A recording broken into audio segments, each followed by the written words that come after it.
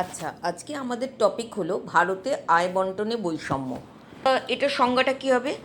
যে পদ্ধতির মাধ্যমে অর্থনীতিতে অংশগ্রহণকারী বিভিন্ন ব্যক্তি বা পরিবারের মধ্যে আয়ের বন্টন, অর্থাৎ উচ্চ আয় সম্পন্ন ব্যক্তি বা পরিবার এবং নিম্ন আয় সম্পন্ন ব্যক্তি বা পরিবারের আয়ের পার্থক্য পরিমাপ করা হয়, তাকে আয় বৈষম্য বলে। ভারতীয় অর্থনীতির একটি প্রধান সমস্যা হলো কি, এই যে আয় বন্টনে বৈষম্য। পঞ্চবার্ষিকী পরিকল্পনার শুরু থেকে এটা উদ্দেশ্য ছিল যে এই আয় বন্টনে বৈষম্য কমানো হবে, কিন্তু এখনও সেটা সেরমভাবে কার্যকরী হয়নি। আচ্ছা, স্ট্যাটিস্টিক্সের দিকে এসো। বর্তমানে ভারতে গ্রাম ও শহরের আয় বৈষম্যের প্রকৃতি পাওয়া যায়।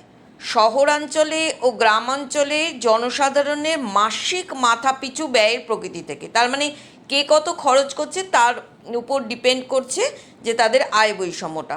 আমরা যদি স্ট্যাটিস্টিক্সটা দেখি 2011-12 সালে দেখব শহরের লোকের ব্যয় গ্রামের লোকের প্রায় দ্বিগুণ। মানে 2011-12-তে শহরের লোকের ব্যয় যেখানে ছিল প্রায় 2400, সেখানে গ্রামের লোকের ছিল 1300 টাকা প্রায়। পারফেক্ট ফিগারটা হচ্ছে শহরের লোকের ছিল 2399 টাকা 24 পয়সা, আর গ্রামের লোকের ছিল 1278 টাকা 94 পয়সা। এখানে তোমরা ওটাকে প্রায় 2400 আর এটাকে প্রায় 1300 বলে দেবে। আচ্ছা, ভারত সরকারের হিসাব অনুসারে 2015 সালে 21.9%, মানে প্রায় 1/5 জনসাধারণ দারিদ্র্য সীমার নিচে বসবাস করে। আচ্ছা, এইবার আমরা দেখব ভারতে আয় বন্টনে এই যে বৈষম্য, তার কারণগুলো কী কী। তো 1, 2, 3 করে আমি বলে যাচ্ছি, তোমরা লিখে যাও। প্রথম হচ্ছে সম্পত্তির ব্যক্তিগত মালিকানা। সম্পত্তির ব্যক্তিগত মালিকানা ভিত্তিতে ভারতের জনসাধারণকে 2 ভাগে ভাগ করা হচ্ছে। এক শ্রেণী যারা গ্রামাঞ্চলে জমি পুকুর বাড়ি আছে, আরেক শ্রেণী হচ্ছে যারা শহরের মধ্যে কলকারখানা জমির মালিকেরা, আর বাকিরা হচ্ছে কি না সাধারণ খেটে খাওয়া মানুষ। তাহলে প্রথম শ্রেণীর ব্যক্তিদের হাতে আয়ের মূল উৎস যাচ্ছে, আর দ্বিতীয় শ্রেণীর ব্যক্তিরা হচ্ছে শ্রম শক্তি। ফলে স্বাভাবিকভাবেই প্রথম শ্রেণীর হাতে বিপুল সম্পদ জমা হচ্ছে, আর দ্বিতীয় শ্রেণীর হাতে খুব সামান্য অর্থ আয় হিসেবে আসছে। দ্বিতীয়ত হচ্ছে উত্তরাধিকারী আইন। জন্মসূত্রে যে ব্যক্তি সম্পত্তির অধিকারী, সমাজের অন্যান্য ব্যক্তিদের সঙ্গে তাদের স্বাভাবিকভাবেই একটা বৈষম্য সৃষ্টি হচ্ছে। তৃতীয়ত হচ্ছে প্রাতিষ্ঠানিক প্রতিবন্ধকতা। ভারতের বেসরকারি বা সরকারি যে কোনো নামী শিক্ষা প্রতিষ্ঠান গ্রামীণ জীবনের সুযোগ সুবিধা থেকে শহরে বেশি পাওয়া যায়। সরকারি তথা সংগঠিত ক্ষেত্রে শ্রমিকদের সঙ্গে কৃষি ও অন্যান্য অসংগঠিত ক্ষেত্রে শ্রমিকদের মধ্যে পার্থক্য, এসব কারণে প্রাতিষ্ঠানিক প্রতিবন্ধকতা সৃষ্টি হয়েছে। এবার আছে সরকারি আইন। ভারতে আয় বন্টনের বৈষম্যের জন্য অনেক সময় সরকারি আইনকেও দায়ী করা হচ্ছে, যেমন শিল্পনীতি, লাইসেন্স নীতি, বহুজাতিক সংস্থার সঙ্গে সহযোগিতার চুক্তি স্থাপনে বেশিরভাগ সময় সরকার বৃহৎ শিল্পপতিদের অনুকূলে রায় গ্রহণ করেছে।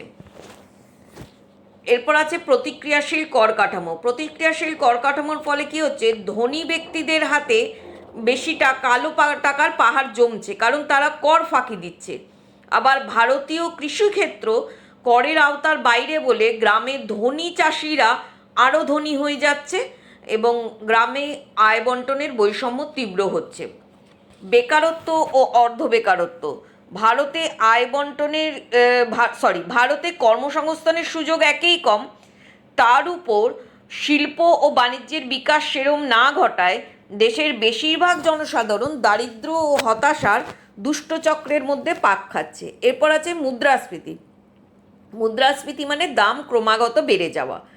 দ্বিতীয় পঞ্চবার্ষিকী পরিকল্পনার সময় থেকে মুদ্রাস্ফীতির জন্য শ্রমজীবী ও গরিব মানুষরা দিনের পর দিন আরও গরিব হচ্ছে, আর ধনী চাষি বা শিল্পপতি এদের আয় আরও বেড়ে যাচ্ছে। নেক্সট, নাম্বার 8, উন্নয়নের কৌশল।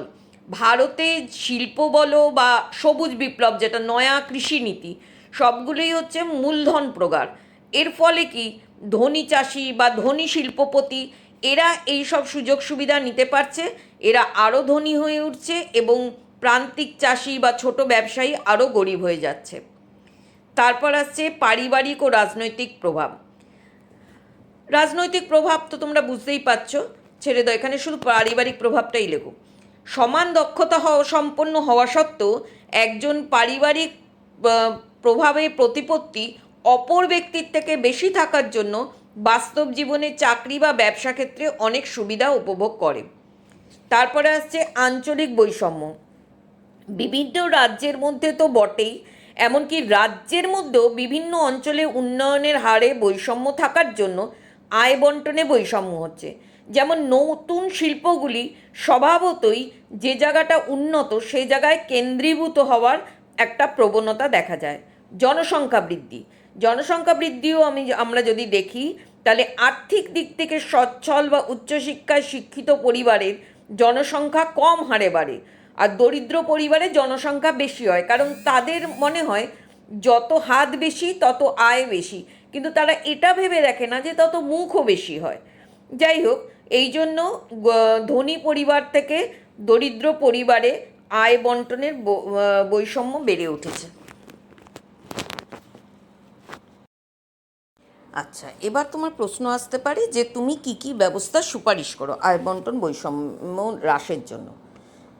স্বাধীনতার পর থেকে ভারত সরকার কল্যাণমূলক রাষ্ট্রের সরকার হিসেবে আয় বন্টন কমাবার জন্য অনেক কিছু ব্যবস্থা গ্রহণ করেছেন, কিন্তু এই সব সুযোগ সুবিধা কোনো না কোনো কায়দা করে নতুন ধনী ব্যক্তিরাই আবির্ভাব ঘটেছে এবং তারা আরও সমৃদ্ধ হয়ে উঠেছে।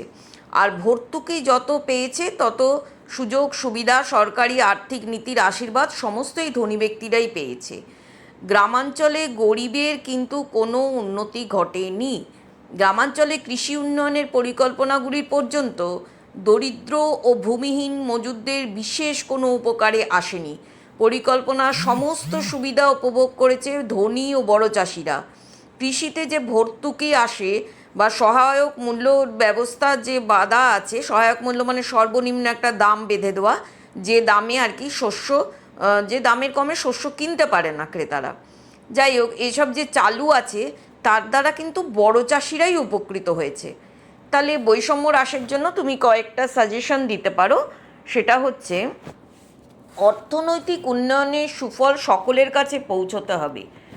দরিদ্র জনসাধারণ জীবনযাপনের মান উন্নয়নের জন্য অর্থনৈতিক উন্নয়নের সুফল দরিদ্র অবহেলিত জনসাধারণের কাছে পৌঁছতে হবে, যার জন্য প্রাথমিক শিক্ষা, জনস্বাস্থ্য, পুষ্টির ব্যবস্থা, গ্রামাঞ্চলে রাস্তাঘাট, যোগাযোগ ইত্যাদি সম্প্রসারণ দ্রুত প্রয়োজন। দ্বিতীয় হচ্ছে মূল্যস্তরের স্থিতিশীলতা বজায়। এই স্থিতিশীলতা বজায় না থাকলে অসাধু ব্যবসায়ীরা মূল্যস্তর বৃদ্ধির সুযোগ নিয়ে দরিদ্র জনসাধারণকে শোষণ করে নিজেদের মুনাফা বৃদ্ধি করবে। তৃতীয় হচ্ছে কর্মসংস্থানের সুযোগ সুবিধা। আয় বন্টন বৈষম্যে দূরের জন্য জরুরি ব্যবস্থা হিসেবে সরকারকে ব্যাপক নির্মাণ কার্য চালিয়ে কর্মসংস্থানের সুযোগ সৃষ্টি করতে হবে। এছাড়া ক্ষুদ্র ও কুটির শিল্প, যেগুলি কর্মসংস্থানের একটা ভালো উৎস, সেগুলো দ্রুত সম্প্রসারণের মাধ্যমে অর্থনৈতিক ক্ষমতার বিকেন্দ্রীকরণ করতে হবে। সরকারি নীতি, সরকারের আর্থিক ও রাজস্ব নীতি এমনভাবে পরিচালিত করতে হবে যাতে দেশের মুষ্টিমেয় ব্যক্তির হাতে সম্পদ কেন্দ্রীভূত না হয়।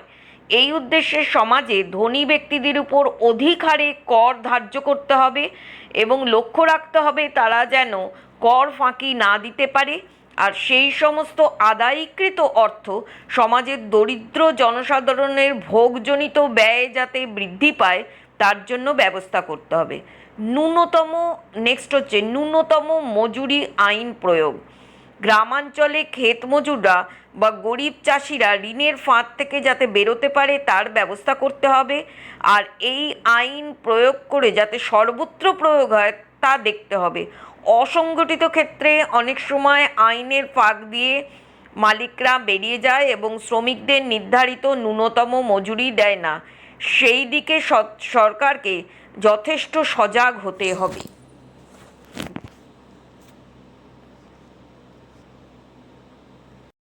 আচ্ছা, আজকে এখন আমরা দেখব ভারতে আয় বৈষম্য দূরীকরণে সরকার কী কী ব্যবস্থা নিয়েছে। প্রথম হচ্ছে ভূমি সংস্কারের মাধ্যমে উদ্বৃত্ত জমি পুনর্বন্টন। ভারত সরকার ভূমি বা আয় বন্টন বৈষম্য কমানোর জন্য কয়েকটা ব্যবস্থা গ্রহণ করেছিল। না, জমিদারি প্রথা বিলোপ সংক্রান্ত আইন। এটা কি জমির মালিকানা উচ্চ সীমা বেঁধে দিয়েছিল, জমিদারের হাতে কত জমি থাকতে পারবে, এবং উদ্বৃত্ত জমি নিয়ে সে ভূমিহীন কৃষকদের মধ্যে বন্টনের ব্যবস্থা করে, এবং এতে বর্গাদারদের স্বার্থও বজায় থাকে। নেক্সট হচ্ছে সরকারি ক্ষেত্রের প্রসার। এই নীতি অনুসারে স্বাধীনতার পর থেকে সরকারি উদ্যোগে বহু শিল্প স্থাপন হয়, কয়লা খনিগুলো জাতীয়করণ করে ব্যক্তিগত মালিকানা খর্ব করা হয়, বৃহৎ বাণিজ্যিক ব্যাংকগুলি জাতীয়করণ করা হয়। এই সমস্তর ফলে বেসরকারি মালিকানা আধিপত্য কমতে থাকে।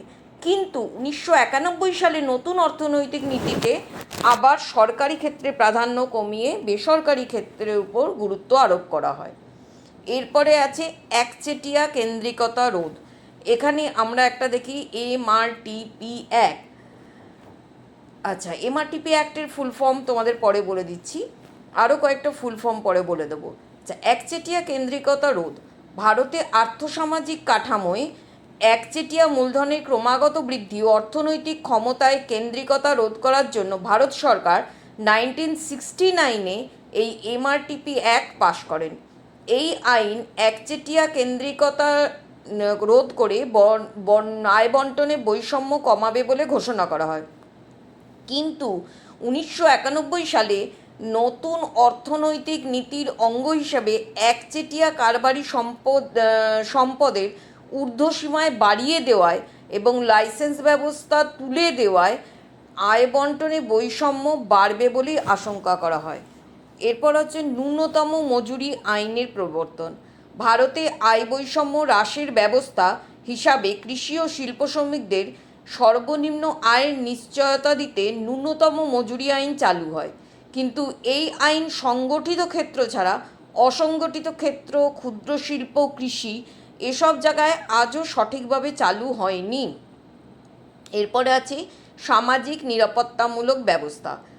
এইগুলোর জন্য আয় বন্টন বৈষম্য কমাবার জন্য দুর্ঘটনা, অসুস্থতা, নিরাপত্তাহীনতা দূর করার জন্য কয়েকটি সামাজিক নিরাপত্তা আইন পাশ করা হয়। এগুলির মধ্যে উল্লেখযোগ্য হলো শ্রমিক ক্ষতিপূরণ আইন, কর্মচারী রাজ্য বীমা আইন ESI, কর্মচারী প্রভিডেন্ট ফান্ড আইন, মাতৃকালীন সুযোগ সুবিধা আইন, কর্মচারী পারিবারিক অবসর ভাতা প্রকল্প আইন।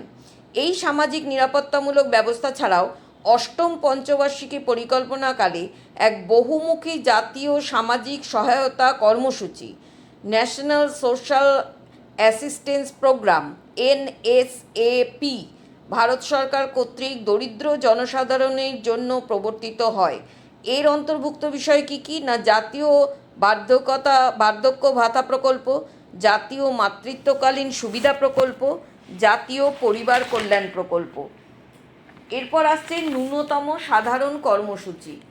আয় বন্টন বৈষম্য দূর করার জন্য এই 1969-এ এই ন্যূনতম সাধারণ কর্মসূচি কমন মিনিমাম প্রোগ্রাম চালু করা হয়। এর তিনটে মূল উদ্দেশ্য ছিল: গ্রাম ও শহরে সকলের জন্য বিশুদ্ধ পানীয় জলের সুব্যবস্থা করা, সকলের জন্য প্রাথমিক শিক্ষার ব্যবস্থা করা, গৃহহীন দরিদ্র সমস্ত জনসাধারণের জন্য 2000 সালের মধ্যে আবাসনের ব্যবস্থা করা। নেক্সট 7 নম্বর হচ্ছে মহিলাদের অর্থনৈতিক স্বাধীনতা অর্জনে সহায়তা। আয় বন্টনে বৈষম্য হ্রাসের জন্য মহিলাদের অর্থনৈতিক স্বাধীনতা অর্জনে সহায়তা করার জন্য 1947 সালে প্রশিক্ষণ ও নিয়োগ সহায়তা প্রকল্প চালু হয়। এছাড়া অসংগঠিত ক্ষেত্রে মহিলাদের ঋণের চাহিদা মেটাবার জন্য 1993 সালে মহিলা কমিটি গঠন করা হয়। এই বছরই চালু হয় মহিলা সমৃদ্ধি যোজনা। নেক্সট নাম্বার 8, ধনী ব্যক্তিদের আয় হ্রাসের জন্য কর ধার্য। ভারতে কর কাঠামোয় উচ্চ আয়ের ব্যক্তিদের উচ্চ হারে কর দেওয়ার ব্যবস্থা আছে। এছাড়া সমাজে উচ্চ আয়ের ব্যক্তিদের ব্যবহার্য বিলাসবহুল দ্রব্যের উপর উচ্চ হারে কর ধার্য করা হয়। কর ধার্যের সময় ভারতে ধনী ব্যক্তিদের আয় কমাবার ব্যবস্থা যে কার্যকর হয়নি তার প্রমাণ হলো বিশাল পরিমাণে কালো টাকার অস্তিত্ব। এরপর দরিদ্র ব্যক্তিদের অনুকূলে সম্পদ বন্টন। দরিদ্র ব্যক্তিদের জন্য গৃহ নির্মাণ, নিত্য প্রয়োজনীয় ভোগ্যদ্রব্যের ক্ষেত্রে ভর্তুকি দান, সহজ শর্তে ঋণ, সার, বীজ প্রদান ইত্যাদি কর্মসূচির ফলে বর্তমানে দরিদ্র ব্যক্তিরা কিছুটা স্বনির্ভর হয়ে উঠেছে। সুনির্দিষ্ট প্রকল্প চালু। এই সমস্ত কর্মসূচির মধ্যে উল্লেখযোগ্য হল জাতীয় গ্রামীণ কর্মসংস্থান নিশ্চয়তা প্রকল্প আইন NREGC, স্বর্ণজয়ন্তী গ্রাম স্বরোজগার যোজনা SJGSY, স্বর্ণজয়ন্তী শহরী রোজগার যোজনা SJSRY, যার মধ্যে আছে শহরী স্বনিয়োজিত কর্মসংস্থান কর্মসূচি USEP, শহরী মহিলা স্বসাহায্য কর্মসূচি UWSP, শহরের দরিদ্র জনসাধারণের মধ্যে কর্মসংস্থান সৃষ্টির জন্য দক্ষতা প্রশিক্ষণ স্টেপ আপ STEP, এটা ছোট্ট ড্যাশ দিয়ে UP, শহরী মজুরি ভিত্তিক কর্মসংস্থান কর্মসূচি UWEP, শহরী সামাজিক উন্নয়ন নেটওয়ার্ক UCDN। এই সমস্ত ব্যবস্থা গ্রহণের ফলে এই আয় বন্টন কিছুটা কমবে বলে মনে করা হয়, কিন্তু ভারতে এই আয় বন্টন বৈষম্য আরও বেড়ে ওঠে, কারণ এই ব্যবস্থাগুলি স্বল্পকালীন, যা স্থায়ীভাবে আয় বন্টন বৈষম্য দূর করতে অপারগ। এর জন্য দরকার দীর্ঘকালীন ব্যবস্থা গ্রহণ করা। এক্ষেত্রে একটা বিষয় উল্লেখ করা যেতে পারে যে ভারতের ন্যায় গণতান্ত্রিক দেশে আবার সম্পত্তির ব্যক্তিগত মালিকানা অস্বীকার করা সোজা নয়।